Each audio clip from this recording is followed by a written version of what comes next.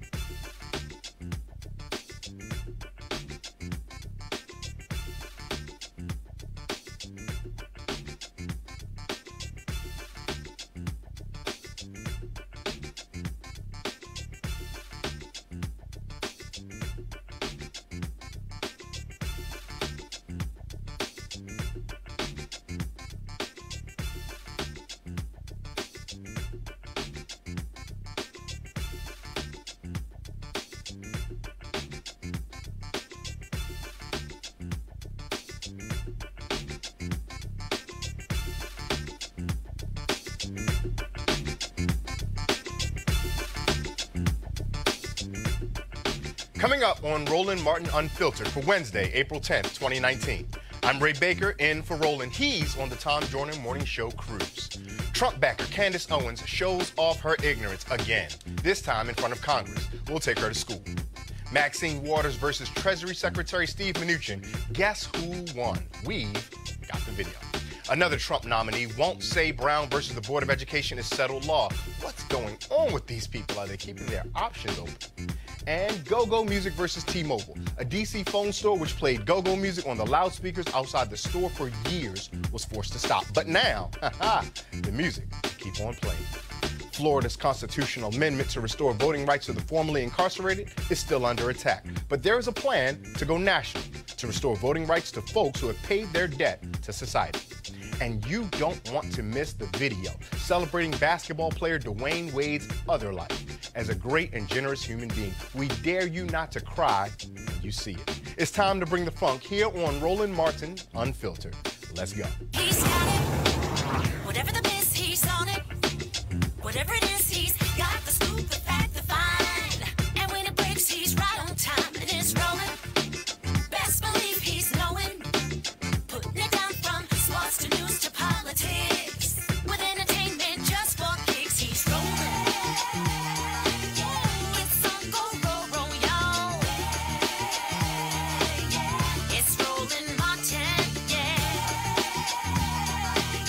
rolling with Roland now. He's funky, he's fresh, he's real, the best, you know he's Roland Martin now.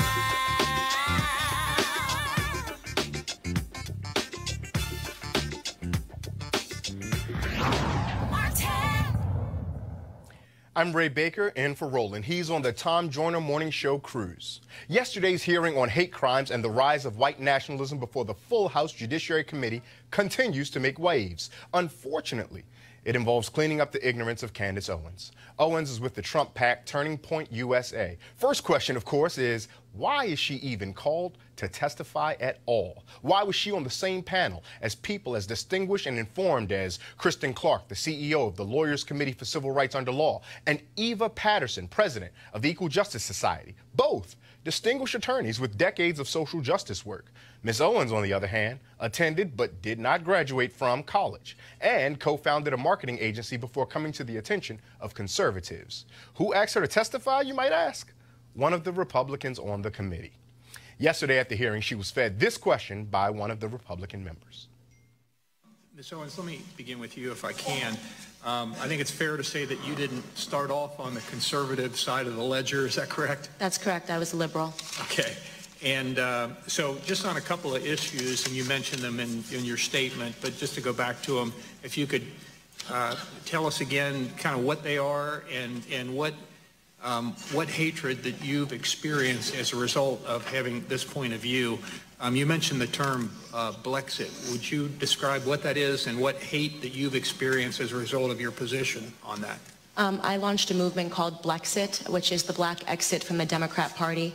When I became educated about the issues and stopped reacting emotionally, which is what the left wants us to do, presumably, when they hold up pictures of burning churches, I began to examine the facts and look at some of the narratives they were spinning. For example, in 2016, it was police brutality, and I realized that they are dissuading us against our own best interests. And I wanted to have a more productive dialogue with the black community about the issues that are actually affecting us and impacting us. When I announced that I was a conservative, I've never seen anything more racist, more disgusting, more vitriolic, more hate that's come my way in my entire life than the things that Democrats and the media say about me today.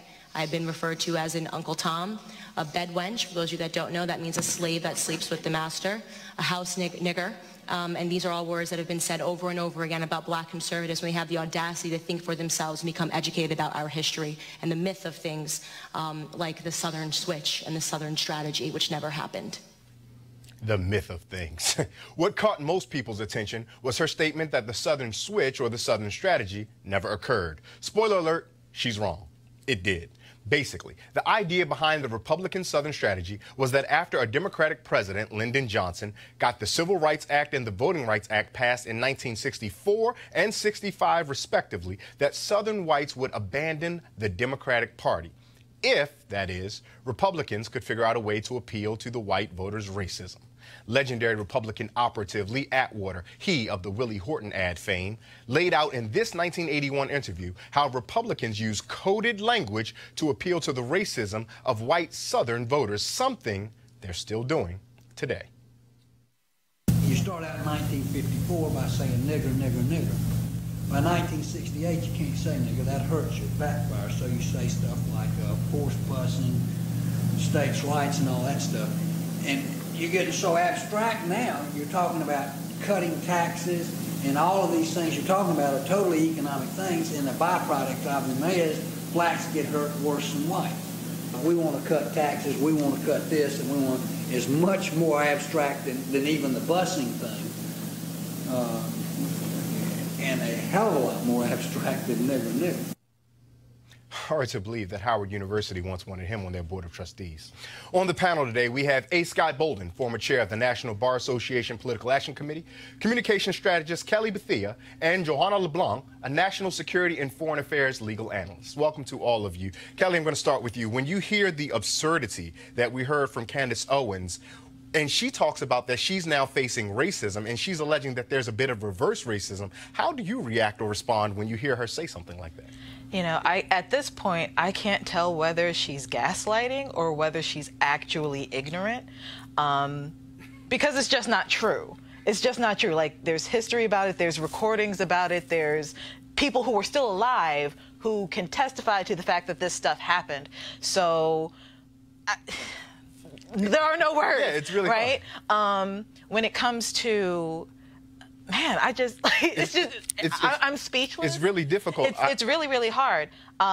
With her saying she's, you know, being discriminated against, I mean, in a sense she is, but it's not because of her skin color, it's because of her ignorance. Right. You know, and we imagine that language such as bedwench and things like that has no place anywhere. But Johanna, I'm going to come to you next. Because my question there, as a black woman, do you see any identity politics there where you almost cringe thinking, oh no, please don't do this, sister, please don't? Well, the fact of the matter is this was an opportunity to talk about, to discuss white nationalism, a real threat to America's democracy, to everyday people living in America. But instead, we use Candace Owens as a distraction, to distract from the entire agenda, from what was supposed to be discussed. And I'm disgusted because I think that members of Congress, they know better. We elected them in office so that they can address the issues impacting Americans, but instead they have used Candace Owens, someone who is not knowledgeable when it comes to the history of race relations in America, but instead they use her as a pawn to distract Americans. They gave her a platform, though. They did, and the Republicans seem like they hijacked this hearing because what is the media doing? The media is focusing on Candace Owens and some of her outrageous statements, and we're not talking about the real intellectuals that were there, the real freedom fighters that were there, who really could give you statistics, chapter and verse on the rise of hate crimes, including white nationalism, white supremacy, who are the leading killers of police officers in this country over the last 10 to 25 years. In regard to Candace, I mean, she gets a lot of press because of what she says, but her press is rooted in her own ignorance, if you will. Candace Owens isn't being discriminated against. This is the ignorance part that you talked about, my colleague. Candace Owens isn't being discriminated against because she's a black woman who chooses to be a Republican. Everyone is free to choose their political party. She's not even being discriminated against. She's being criticized and called names and attacked because what she says is offensive and fundamentally incorrect. It's not a mistake. It's a purposeful error on her part. And so they twist the words to say that attacks on police officers are down or that the Southern strategy was not accurate. There's empirical data, documentary evidence to support this, and the piece that you just ran confirms that. But it also shows how it doesn't really matter to the Republicans what's right or wrong, what's truth or false. It's to get that message out, to talk to the core Republicans who believe in the nonsense, and many are as ignorant as those who put life to those words, like Candace. Kelly, you work in communications, so I'm curious about your thought about this. If we're having a hearing on white nationalism and the violence around that, that's going to point back to President Trump. If Candace Owens gets out here and steals the headlines by being incompetently wrong in public, that now gets us not talking about this. Is there a chance this was deliberate? Of course it was deliberate. Candace Owens has, for lack of a better phrase, been used as a token for the entirety of her time in the spotlight. You know, every time something happens with the Trump administration, Fox brings on Candace. Every time Trump says something absolutely absurd via tweet or news conference, what have you, they bring on Candace to bring on maybe like the black perspective of things that I don't know about other black people, but the black people that I know don't share that same perspective. So it's definitely a smoke and mirrors thing with her. I don't understand why she still, you know, allows herself to be used in this manner because it's really obvious. But it's definitely a communication strategy, no doubt. But it's really rooted, again, in ignorance. So, for example, when Candace Owens says that, why aren't we here talking about ANIFA, for example? Or ANIFA is a far-left political party that wants balance and wants a more liberal view of the world at all costs, right? Violence, whether it's white nationalism or ANIFA, violence is wrong. But look at what their goal is. ANIFA's goal isn't a race war, isn't a black majority or a coalition of minority majority here. Their view is that we should be a much more liberal society. I'm not defending them. Then when you look at when they go against white nationalists, if you will, or the Nazi Party, who want a race war, who believe that America ought to stay the majority white, and that the immigration piece is really rooted in their racism, because the rhetoric you hear from the Nazis and the Nationalist Party and the Ku Klux Klan is the very rhetoric you hear from the White House. Then you understand that nationalism and Nazism is rooted in race. ANIFA is rooted in policy and how they view America. Kelly, I'm going to give you one more chance to get in, then I want to hear from Joanna real quick, please. Of course. Just brief correction, it's Antifa.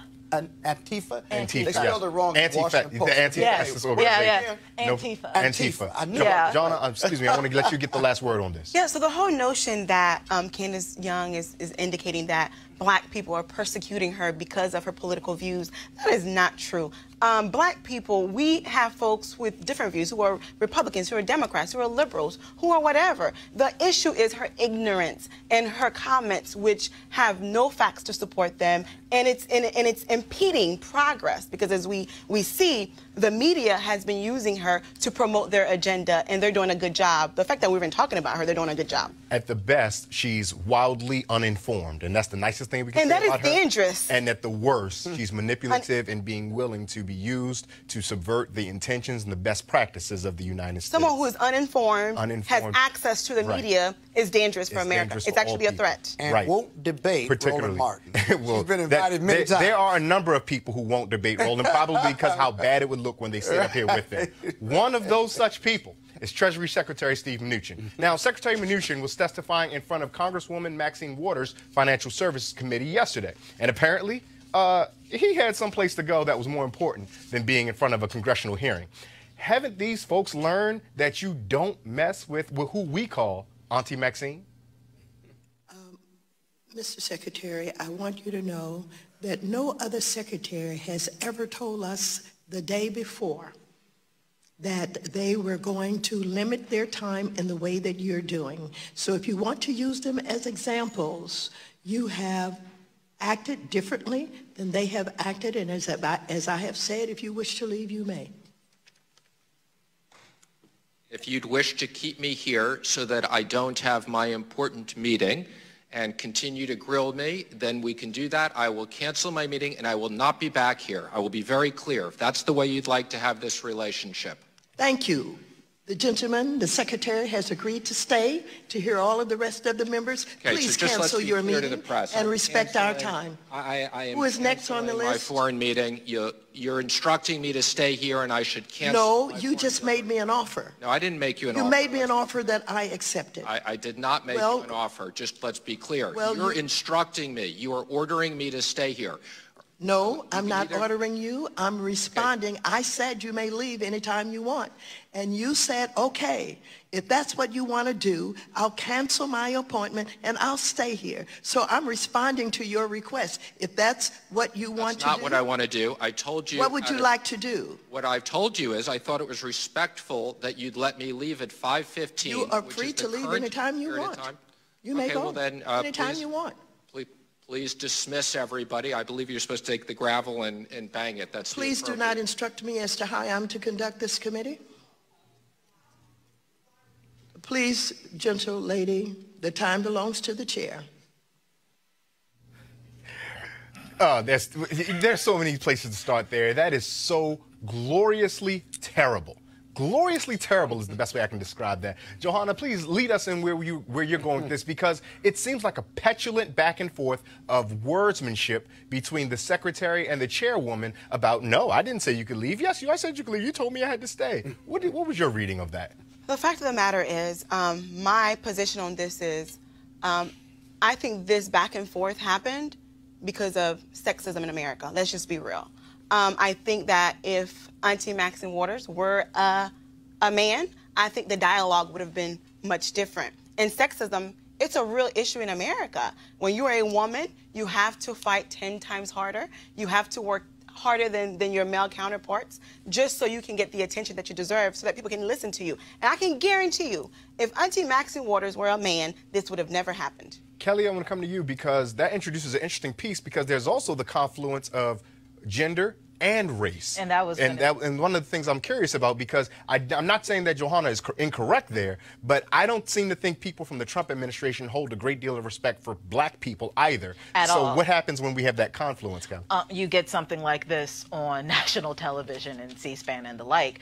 To Johanna's point, she's black and she's a woman. And we've seen Trump administration officials in front of hearings before, and in which black men are responding and, having that call and response, and they're not respecting him either. So I think it's just a blanket racism that nobody really wants to talk about, but is obviously there.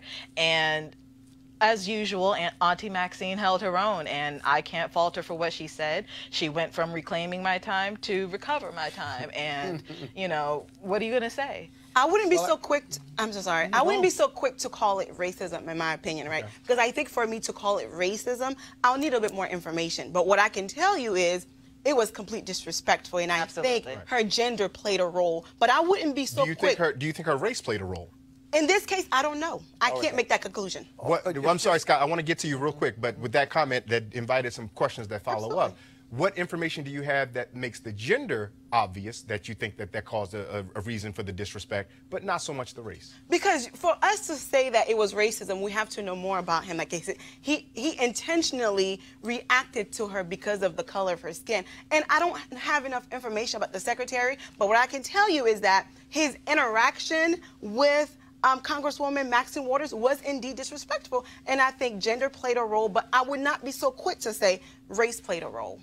You know, it's interesting. It's easy to call it the race issue, and I think it does have to do with race and sex. But the reality is it also has to do with how the Trump administration views the Democrats. They take on his personality. And so not only Mnuchin, who, when you unpack it, was very disrespectful. He wanted to tell her how to run the hearing with the gavel. He made fun of it, and then they had the tay-to-tay. But this was, you could see his white privilege. He had a very important meeting. More important than being here with a committee that has oversight over his funding and budget. He didn't think so much of her or her hearing as a Democrat, at least, than he did for his hearing meeting with a foreign dignitary. That's the first thing. But you see it across the board. The former Attorney General, who was acting Attorney General, in the hearing before the House Judiciary Committee with Nadler. This goes back to kind of your race issue. Nadler is white and Jewish, and he told Nadler that I think his time was up, that Nadler's time was up, so therefore he didn't have to answer any more questions. It is an overall view of the Republicans, the GOP, and the White House not to respect the Democrats or have any decorum whatsoever, and that's not good for America, whether you're black, white, yellow, or brown. Reverend Joseph Lowery often says that when America stubs its toe, black America breaks its foot. And so the Trump administration seemingly demonstrates a hostility to Democrats, let alone black Democrats, let alone black women Democrats. But that's not where their hostility ends. It's getting to be a disturbing pattern that a number of Trump nominees have refused to say that the 1954 landmark Supreme Court decision on school segregation, Brown versus the Board of Education, is settled law. Now you hear that and you wonder, what does settled law mean? Settled law means the Supreme Court should never, ever consider overturning a decision like Brown. One such nominee who felt this way is current Supreme Court Justice Neil Gorsuch. Another, now confirmed federal district judge, Wendy Vitter. Now here comes Trump's nominee to be the second in command at the United States Department of Justice, Jeffrey Rosen. He was asked about it today at a hearing before the Senate Judiciary Committee by a Connecticut Democrat, Senator Richard Blumenthal. Brown versus Board of Education correctly decided. Senator, I don't think that it would be a productive exercise for me to go through the most thousands of Supreme Court opinions and say which ones are right and which ones are wrong. These are pretty simple questions. They're answerable by yes or no. Most lawyers, I suspect, would agree, based on knowledge of the law, that these two cases, pillars of our jurisprudence, were correctly decided by the United States Supreme Court. I have views about lots of Supreme Court cases, but I'm not being nominated for this position to be the Solicitor General nor a judge. And I think in this context, the point I'm trying to make is that whatever the law is, whether it's the decision I would favor or disfavor, I see it as the role of the Department of Justice to uphold the law such as it is, unless Congress or the courts change it. Well, just for the record, so we all understand, you're not nominated to be Solicitor General, but he or she reports to you, correct? So you are in charge of the arguments that are made to the Supreme Court. You would be in a position to suggest that the Solicitor General argue that Roe v. Wade should be overruled. That's why I'm asking you this question. Same with Brown versus Board of Education. And, we're entitled to know your personal views. Scott, I'm going to start with you. You're a lawyer. You have all the legal experience of any of us on the podium here. One, should someone should someone disclose their personal views on long-held statutes such as Roe v. Wade and Brown v. Board? That's the first question. And the second part of it is, if their opinion goes against what is the Supreme Court precedent that we now think to be just decent humanity, right? What does that mean about them holding office? I can tell you that every lawyer who's ever litigated or done appellate arguments has an opinion on the ultimate decision. Yes, Roe v. Wade was decided correctly. Yes, Brown versus Board of Education was decided correctly. Could have struck down segregation in our education system, and we knew that separate but equal in the education system simply wasn't functioning and wasn't right. And so both of those were decided correctly. Lawyers disagree with decisions all the time. The reason Rosen's avoidance of that is so important is because as the number 2 in justice, you run the DOJ, Department of Justice, on a day-to-day basis. And if you do that, you do decide what positions DOJ takes. So, for example, if there's a case that's going to challenge Roe v. Wade, DOJ has to decide whether it is going to defend settled law that has been in place for quite some time, and by majority judicial and legal standards, people accept it as the right decision. Then if DOJ is going to take an opposite position and ask for the Supreme Court to overturn it, or Brown versus Board of Education, the number 2 as well as the Attorney General have a lot of say-so in that policy decision as well as that legal decision. And so many of the appointees in the Federal Circuit and Federal Court have been avoiding this. But the reality is a better answer for them, even if they're conservative, even if they want it all overturned, is that the parts of these decisions that could be challenged are X, Y, and Z, and it's up for debate. I may not agree with them, but here's the thing. It is settled law, and I will defend it. I don't agree with punishment, cruel and unusual punishment where people, the death penalty, for example. But if I'm a prosecutor and that's the law, I'm going to defend it to the height. And we have many federal and state prosecutors who've taken that position after being elected to be prosecutors or leaders in the criminal justice field. Kelly, what's the communication strategy here in being evasive? If you're against it, you're trying to tell your base, hey, we're looking to overturn it. Wink, wink, nod, nod. But if you're supportive of it, you don't want to throw off your base and get them turned off before a presumed presidential election. Why not just be honest with the American public and his base at that point? I mean, well, that's not anybody in the Trump administration's MO, honesty. So I'm not expecting that at all. The bar has been set so low for this administration. You know, the bar has been set so low. I really don't expect much from this administration. But I do want to note, to Scott's point, how when it comes to decision-making, specifically with the DOJ, how definitive their answers typically are. But something that I wanted to point out that Rosen did say, he said, quote, whatever the law is, whether it's a decision I would favor or disfavor, I see it as the role of DOJ to uphold the law such as it is unless Congress or the courts change it. So he kind of removed any power that the DOJ could have in that statement. I'm not saying he's going to uphold it. I'm not saying that he's not going to lie, because he might. But for it to be under oath, for him to say this at a hearing, he basically said that he's not going to touch this because Congress or the courts aren't going to touch it. And in fact, Scott, before I let you get in, I want to hear from Joanna for 1 second, because I want to get to her because you haven't heard from her yet. Your thoughts on this? My thought on this is, so it's been over 60 years since Brown versus Board of Education, the ruling of it, right, of this particular court case, which is instrumental, one of our landmark cases in America's jurisprudence. My concern is 60 years after, right, we are dealing with some dire situations when it comes to the education of black and brown babies in America. Our schools are still highly segregated. That's just the reality of it. And our schools for black and brown babies are still underfunded. And there are a lot of issues that would require the assistance of the Justice Department to take on. So if you have someone as Mr. Rosen, who refuses to take a position, it's kind of questionable. When something does happen, how is the Justice Department going to deal with it? And I'm highly concerned, because the education of our black and brown babies is a huge concern of mine. It should be a concern of all Americans. I think so, but let me show your viewers, all of us, why this makes a difference and why this is a big deal. In Texas 3 months ago, the state of Texas challenged Obamacare, or the American Health Care Act, right? And so the judge went further in his opinion and said none of the American Health Care Act could be enforceable, which was far beyond what DOJ, the government, had argued in their brief papers and in their oral argument. They had argued that parts of it were unconstitutional, but that the other part, like pre-existing conditions, should stay in play. Now, when the judge's decision came forth, DOJ was ecstatic because now they had an opening in the federal district court judge that was going to strike it down completely.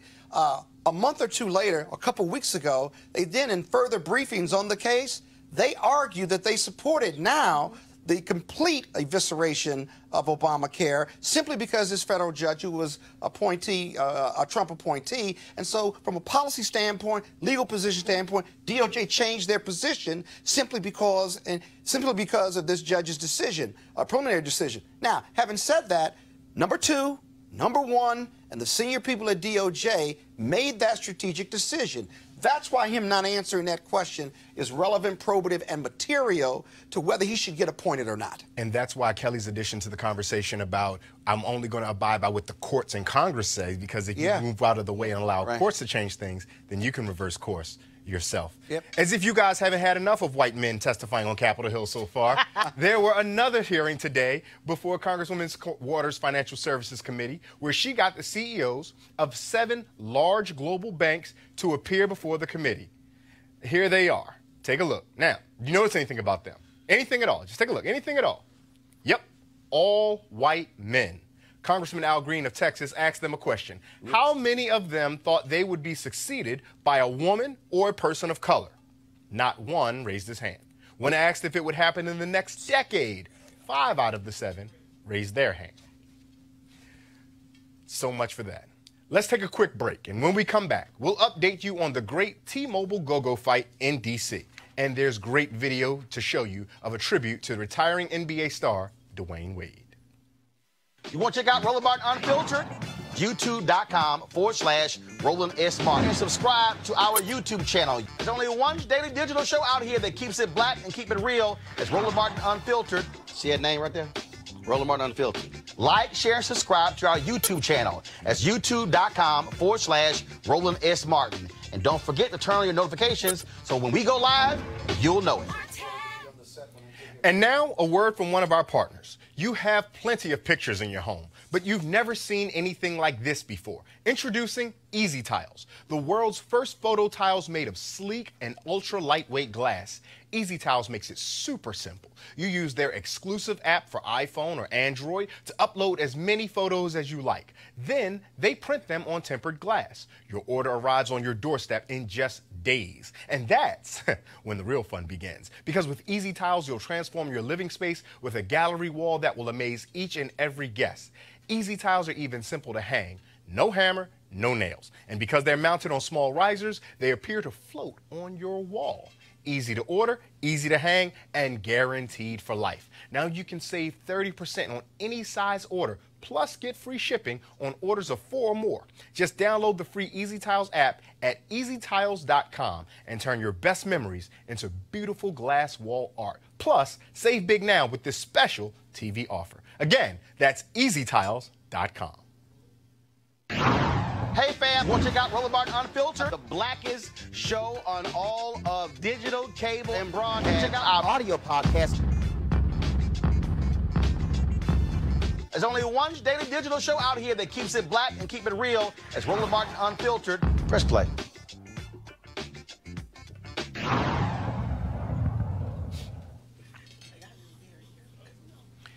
Nipsey Hussle's mother, Angelique, shared some words of encouragement as she reflects on her son and his unfortunate demise. I have perfect peace and I have strength and I want to lift you up. Please do not stay down. Do not stay stuck. Many of them are stuck. Do not mourn because Nipsey is great. He is the great. He is the great. And now he is even greater. Yes, he is. Because he has no bounds and no limits. His energy is everywhere. He can touch. He's there with you now, and he's here with me now. That's true. That's and true. please be encouraged. Please be encouraged. He was beautiful. He did not look scary. He did not look like he was shot. None of that. None of the trauma, the way that he left this earth, none of that showed on his face. He looked like a radiant, clean, beautiful light being. Light being. Yes. Yes. Yes. Yes. Tickets to a memorial service tomorrow for Hussle at the 21,000-seat Staples Center in Los Angeles sold out within 40 minutes. Rest in peace, Nipsey Hussle. And we have an update for you on the Metro PCS store located in D.C. that has been asked to stop playing go-go music. For days, the community has been protesting the decision by playing go-go music in front of the store, and more recently, go-go bands have performed outside of the store. Here's a video of one band chanting, "Don't mute D.C."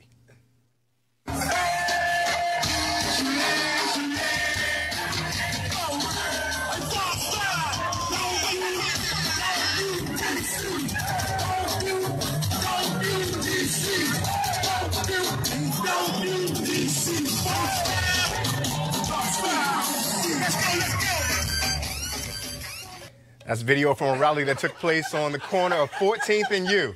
I tell you, the panel's up here laughing, but I tell you, anything that beats on the 2 and the 4, you're going to find me stepping to it. Anything, anything. Now, John Ledger, the CEO of T-Mobile, which owns Metro PCS, he stepped in and tweeted a statement on the issue. He tweets, quote, "I've looked into this issue myself, and the music should not stop in D.C.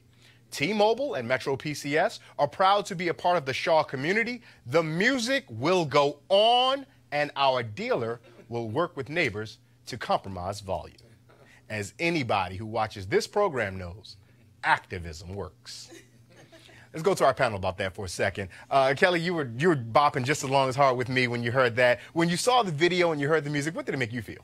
It made me feel like I was home because I grew up here, and that corner is just quintessential go-go. Like, I've never been there during the day where it hasn't been playing. So for somebody who's not from here, doesn't know our culture, doesn't know anything about DC, to come in and basically just try and change something for their benefit without regard to the community at large, it's just insulting, because it's not about whether you're moving here. Nobody cares where you move. It's you're changing something that didn't belong to you in the first place. So that's what the reaction from my community was doing, what we were talking about. And I am just kind of upset that I missed it by just like an hour yesterday. You want to go out there? You want to be out there bopping? Of course I was. Scott, let me tell you something. When I was a young partner, senior associate, I represented Warren Williams Sr. and Jr., and they owned the Club U, right there at 14th and U in the government building.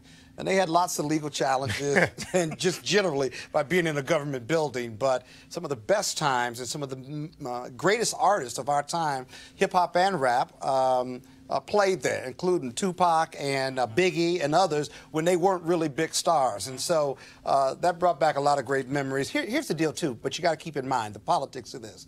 T-Mobile is in what? Merger acquisition discussions right now with another mobile organization. I can't remember who they're trying to combine with, right?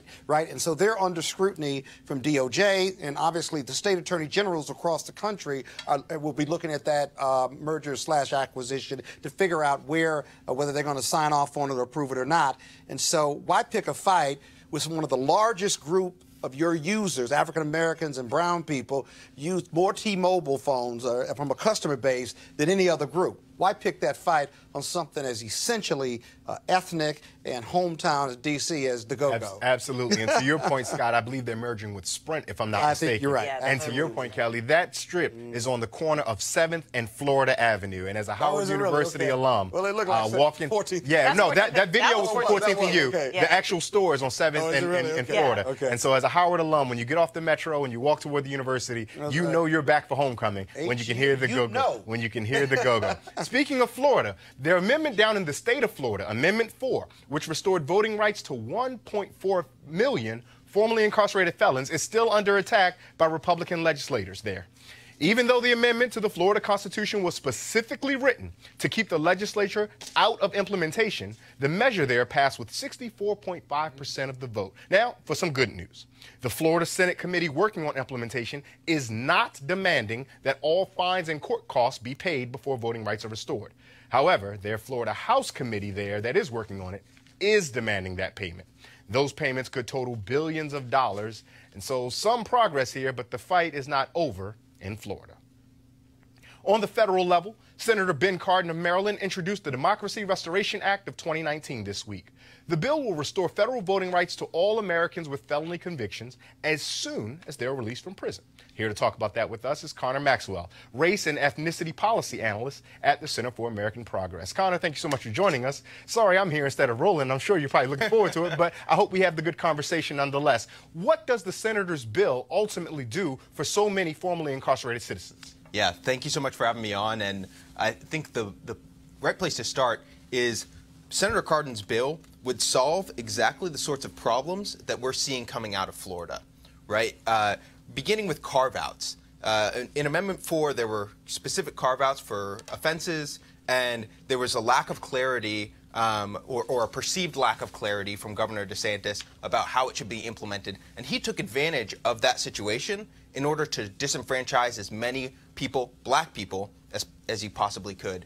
So Senator Cardin's bill would restore voting rights to vote in federal elections to anyone with a prior felony conviction immediately upon release from prison. And that's really important because this is, we all know research shows voting is an important tool for reentry. It's supported by law enforcement. The American Probation and Parole Association is extremely supportive of this bill and of restoring voting rights. So it's the right step forward. More than 10 senators already support it. We already know that voter suppression is huge. It played a huge role in 2016, and we expect that it'll play a huge role moving forward. What degree of optimism should any of us have that other Republicans who sign on, both on the state level and federal level, for different degrees of voter suppression, what degree of optimism should we have that they'll then be supportive of this legislation? Sure. Well, I always try and stay optimistic. But what I'll say is that voter restoration is supported by Democrats and Republicans. And we saw that in Florida this year. 65% of voters supported this, over 3 million votes cast in support. And so you do see bipartisan support. You saw the ACLU and the Koch brothers coming together in Florida to get this thing done.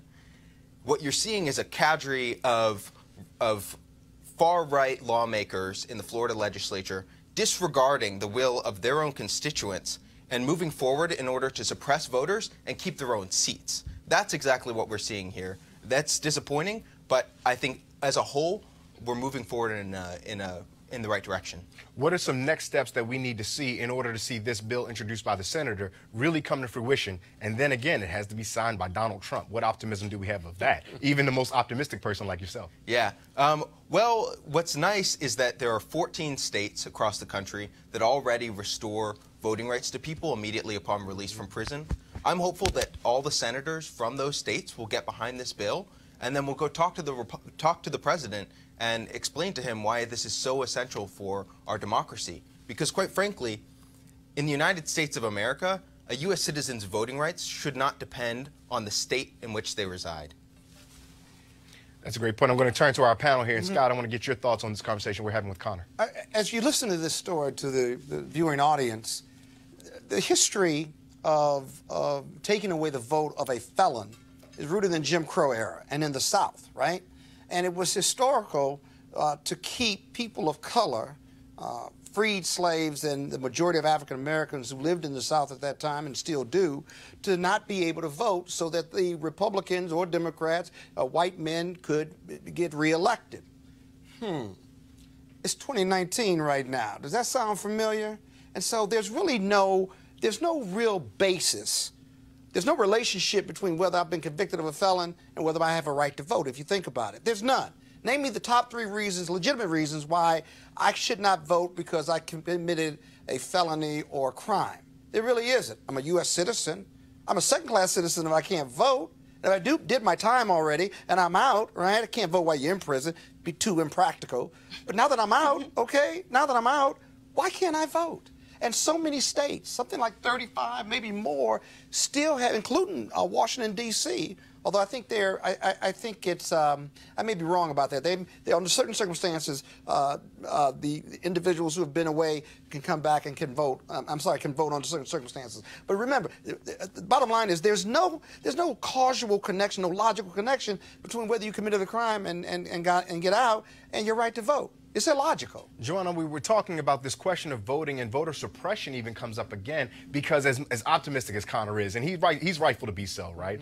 I really have a hard time seeing the overwhelming efforts in North Carolina, seeing the overwhelming efforts in Florida, the overwhelming efforts in Wisconsin, those states that helped decide the 2016 election for the president.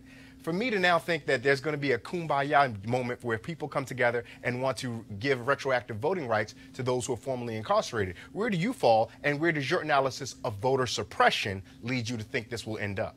A very good question. As my co-panelists, both of them have said, voting is a fundamental right? Because if you don't have a choice to vote, you can't voice your concerns. You can't voice your issues, right? But we live in a society where, unfortunately, as optimistic as I would like to be, but do we really think we're moving in a direction where the U.S. government will allow people who have committed crimes to give them back their right to vote, right? Do we really think we are in that place in America? I would like to say some states we are in that place, but as a country as a whole, I don't think we are, because the reality, the fact of the matter is, if every person in America were to vote, we would never have a Republican in office, right? So vote suppression, we would never have a Republican in office. That's just the reality of it. I'm not so sure about that. You would disagree? Yeah. Well, and if again, I'm going to pause for a second and come to Kelly for a second. And the reason why I would say that is because we just talked earlier about the Southern strategy. And there are a number of folks who see that anything that government does benefits black people, and now that conversation has expanded to people of color and immigrants of the sort. And so there are a number of people who are willing to cut off their own metaphorical nose to spite their face. And I know that's probably something you want to respond to, but I want to get to Kelly. I promise I'll come back to you. Kelly, we're talking about this question of voter suppression, and we're beating up on poor Connor by lambasting the idea of being optimistic. Right. But what's your read on it? Are you hopeful that something good can come of this? I mean, naturally, I'm an optimistic person. Realistically, I understand that we are in a Trump administration presidency. So 2021. Hey. 2021. January 2021. I'm keeping hope alive. However, and I had a conversation with some colleagues about this earlier, whether Trump is going to win in 2020 is up for debate as well. So, my thoughts on that later. But regarding specifically voting rights for, former felons, I think it has to tie in with the prison reform as a whole, right? Because you have to think about, we're trying to rehabilitate that as well. So this is a component of that, because like my co-panelists were saying, they're second-class citizens until they get their right to vote back. And honestly, we don't know whether they're going to vote Democrat if they get their rights back anyway. Right. There's no presumption of that. Give me 1 second, Scott, before we go there. Connor, I want to come back to you. Yeah. Let's get inside the weeds of this for just 1 second. Although Senator Cardin has introduced this legislation, and you talked about the various states that already have something on the books that are akin to it, where are the committees that this is going to have to go through? Who are the senators on that committee that folks need to be paying attention to? Sure. So this bill will go through the Senate Judiciary Committee, which is led by Senator Lindsey Graham. Lindsey Graham has sort of gone off the rails. Well, there it is. and there goes our optimism. In the past, he has supported some reforms, and hopefully we can get a hearing on this and we can talk through these issues. Because as some of your panelists have said, disenfranchising people for crimes they committed in the past, there's no basis for that. There's no reason for that. There's no public safety reason for that. And these people are eligible to pay federal taxes. They should be eligible to vote in federal elections. So your panelists are absolutely right. The odds are steep, and perhaps this won't be accomplished this Congress or even the next Congress. But I think in general, we're moving in the right direction on this issue of voter restoration. There's a group in the House called the Justice Dems. Is there anyone out of that organization, that group of congresspersons, that are carrying the water on this particular legislation on the House side? So that's a fascinating question, and some of your viewers might be interested to know this. While this bill does exist as a standalone, and it's held by, it's been introduced by Chairman Gerald Nadler, who's the chairman of the House Judiciary Committee. This provision actually already passed the House of Representatives. It was folded into H.R. 1, the For the People Act, and so it already passed. Every single Democratic member voted for this policy and is supportive of it. And so we're hoping that our counterparts in the Senate will be able to get this done. Scott, you had to chime in. Real quick. So here's the reason. Here are two reasons to be optimistic. You're right. It may not be this Congress. It may be the next Congress. The Senate in 2020, several seats are up. And many pollsters and political analysts believe that the Dems have a real shot at taking over the Senate and holding the House. That's one thing. Second of all, depending on the demographics, depending on the reports that you see and the Pew Trust analysis and foundation reports, people of color are going to be the majority of this country, whether it's 10 years or 20 years from now.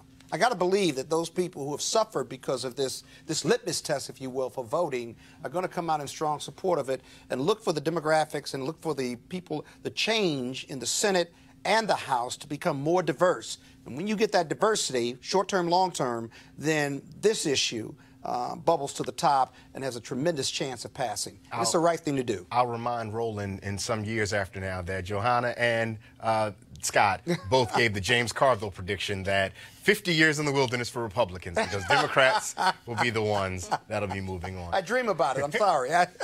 Connor, we thank you so much. Is there anything real quick before you get out here, anything folks can do to help push this along, any kind of contact to their legislatures that you would advocate for? So what I'll say is educate as many people as you know about this issue. A lot of folks don't realize that that their neighbors, their cousins, aren't allowed to vote because of something that they were convicted of in the past. And so public education is the most important part of this. Obviously, you know, democracy is key here. Voting, contacting your lawmakers, and making it clear that voting is a fundamental right in this country, and they need to stand up for it.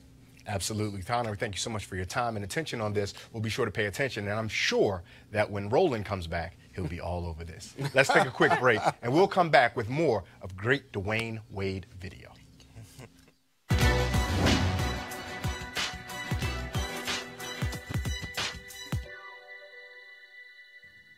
There is no shortcut to utopia. Writer Claude McKay.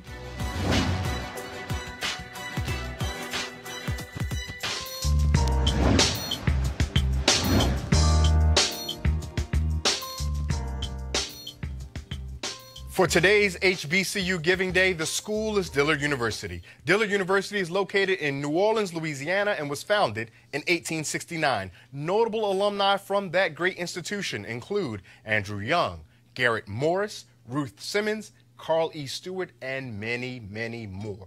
To donate to Dillard and keep one of our bedrock HBCU institutions alive and thriving, please visit www.dillard.edu. Again, that's www.dillard.edu.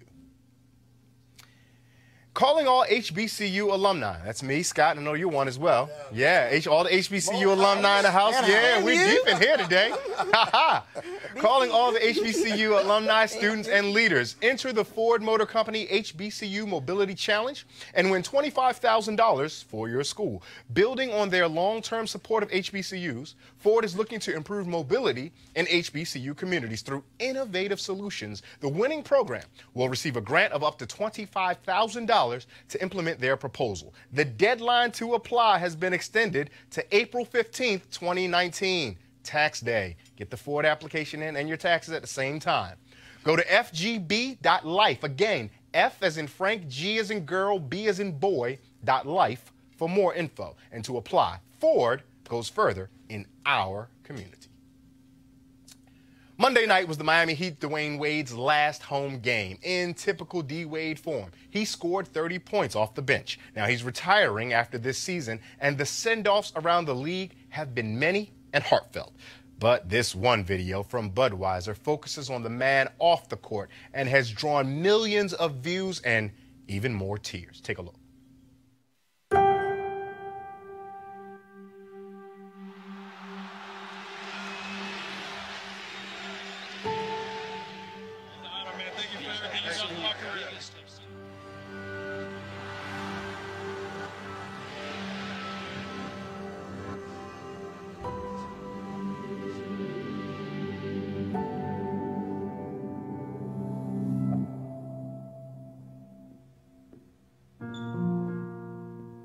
I have no idea who's coming. Like, literally, no idea.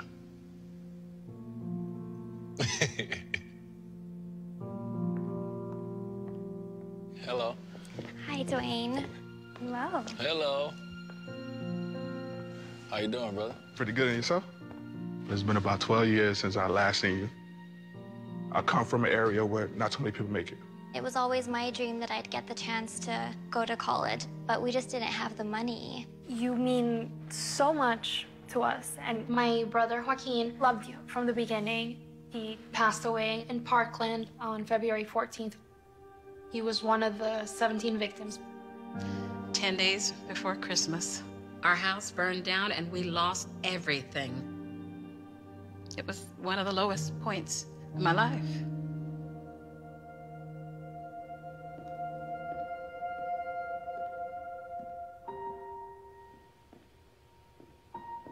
Hey, Dwayne.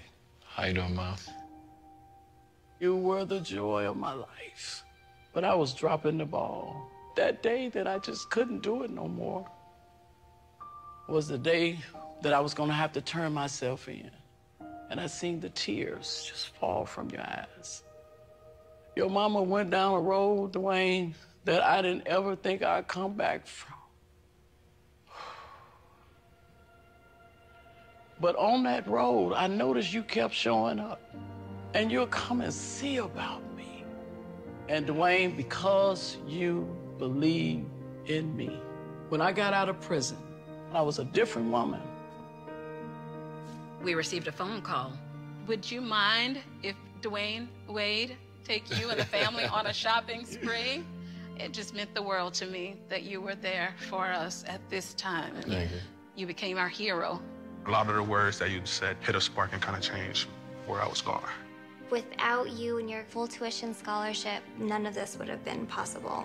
You're not Wade, the basketball player, the legend. You're the human being that took the time and on his own wrote my brother's name on his shoe, and you cared. When you bought your mama that church, you don't even understand the lives that you changed. So I don't have a jersey, but I brought you this. I don't have a jersey to trade with you, but I definitely have this, the blazer that I wore to my first job interview. My cap and gown from graduation. This is important because Joaquin wore this in his last championship. My family wanted you to have it. Please don't forget my brother, Joaquin. Having you as a role model has made all the difference. One of the special robes that you gave me, purple symbolized royalty, and you are royal in everybody's life that you've touched. You completely changed the course of my life. I know my brother is with you always. It wouldn't have been possible to be here if it wasn't for you. I am more proud of the man you have become than the basketball player. You are bigger than basketball.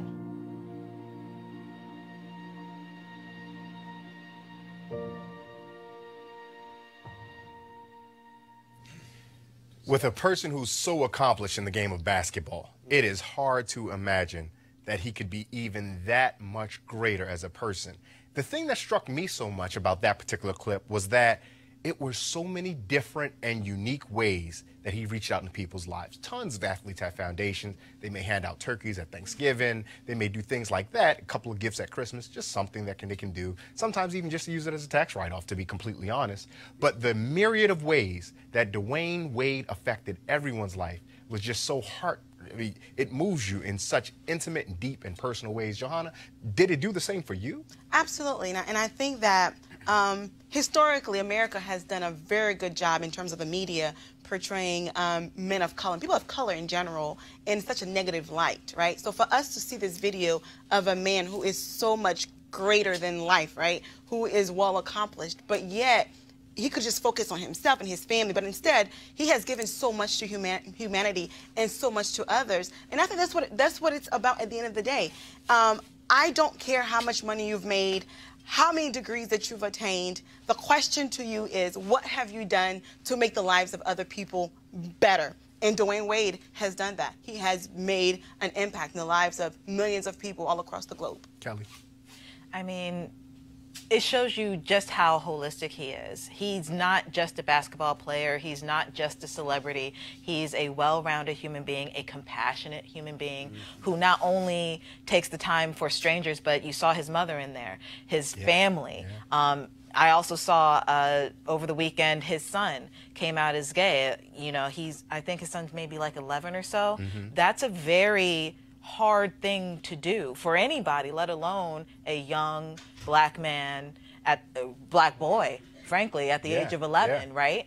And we still have this stigma in our culture, not just black culture, but the culture at large, where we don't necessarily trust what our children say when it comes to their own sexuality, right?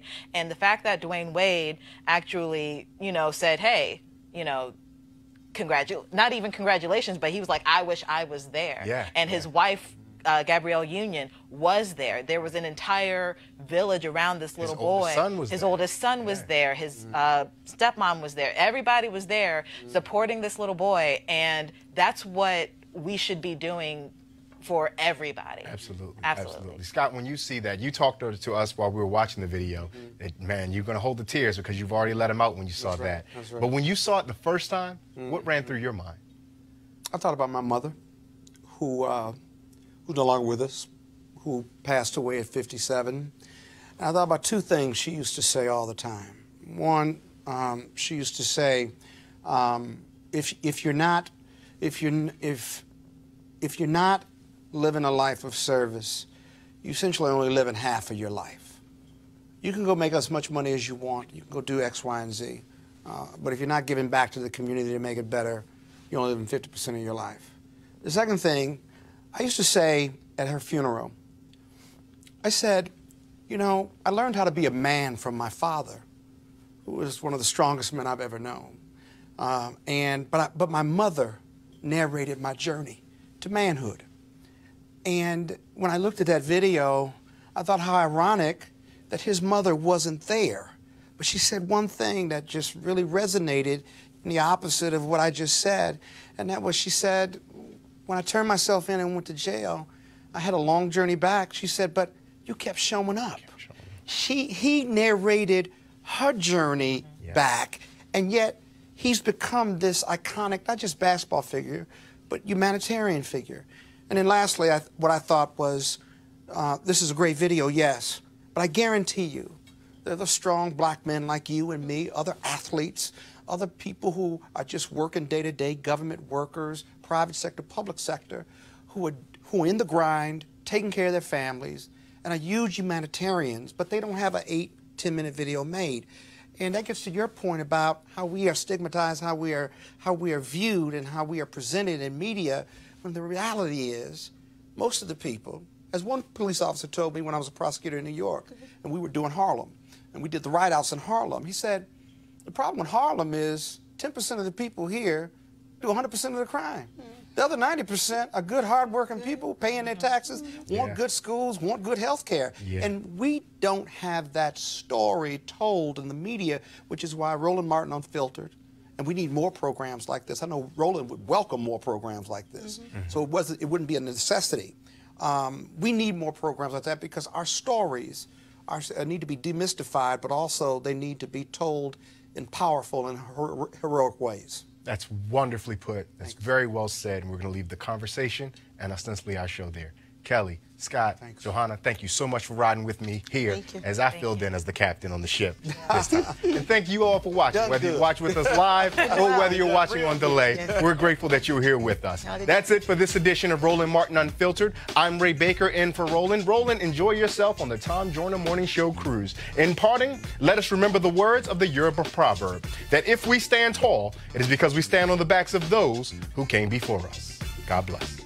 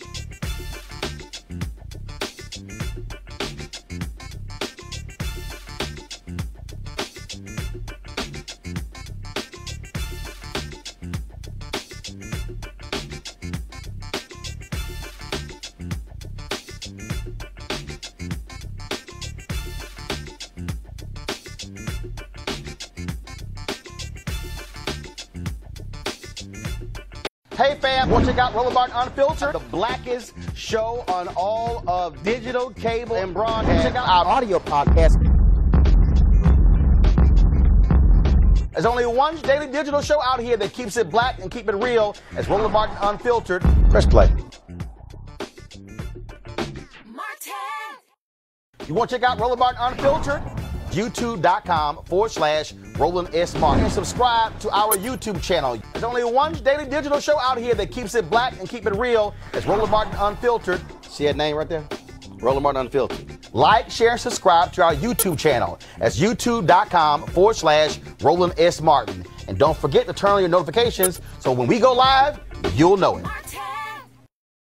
You want to support Roland Martin Unfiltered? Be sure to join our Bring the Funk fan club. Every dollar that you give to us supports our daily digital show. There's only one daily digital show out here that keeps it black and keep it real. It's Roland Martin Unfiltered. Support the Roland Martin Unfiltered daily digital show by going to RolandMartinUnfiltered.com. Our goal is to get 20,000 of our fans contributing $50 each for the whole year. You can make this possible.